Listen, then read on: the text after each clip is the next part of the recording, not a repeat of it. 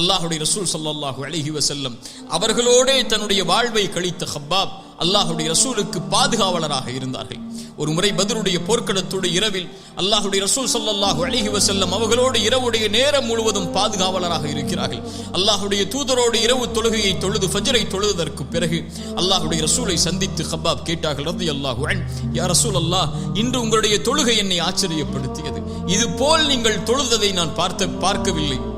அது பயமும் ஆதரவும் கலந்திருந்தது. அல்லாஹ்வுடைய தூதரே, என்ன நேர்ந்தது என்று கேட்டார்கள்.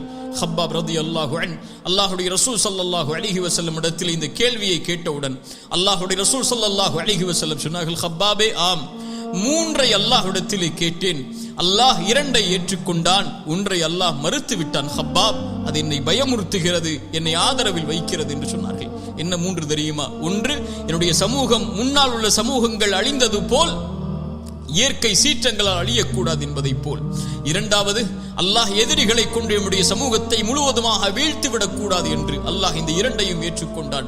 3வதாக கேட்டேன், யா அல்லாஹ், என்னுடைய சமூகத்தில் பிரிவுகள் இருக்கக்கூடாது என்று அல்லாஹ் அதை நிராகரித்து விட்டான், ஏற்க மறுத்து விட்டான். ஹப்பாபே என்று ஒரு பொக்கிஷமான ஹதீஸை ஹப்பாப் இடத்தில் அல்லாஹ்வுடைய ரசூல் ஸல்லல்லாஹு அலைஹி வஸல்லம் அவர்கள் எடுத்து சொன்னார்கள். அல்லாஹ்வுடைய ரசூல் ஸல்லல்லாஹு அலைஹி வஸல்லம் அவர்களோடு பத்ரில் கலந்து கொண்டார்கள், அவர்களோடு உஹுதில் கலந்து கொண்டார்கள், அவர்களோடு எல்லா போர்க்களங்களிலும் ஹப்பாப் இப்னு அரத் ரலியல்லாஹு அன்ஹு அவர்கள் கலந்து கொண்டார்கள். அபூபக்கர் சித்திக் ரலியல்லாஹு அன்ஹு அவர்களுடைய ஆட்சி காலத்தில் வாழ்ந்தார்கள். உமர் ரலியல்லாஹு அன்ஹு அவர்களுடைய ஆட்சி காலத்தில் வாழ்ந்தார்கள். உஸ்மான் அவர்களுடைய ஆட்சி காலத்தில் வாழ்ந்தார்கள்.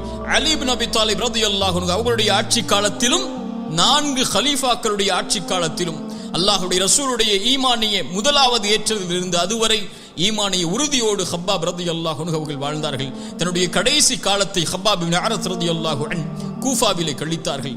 கூஃபாவிலே முஸ்லிம்களுடைய ஆட்சி வந்ததற்கு பிறகு தங்கங்களும் வைரூரியங்களும் வெள்ளிகளும் மாணிக்கங்களும் முஸ்லிம்களுடைய ஆட்சியாளர்கள் மூலமாக பகிர்ந்தளிக்கப்பட்டது நபித்தோழர்களுக்கு.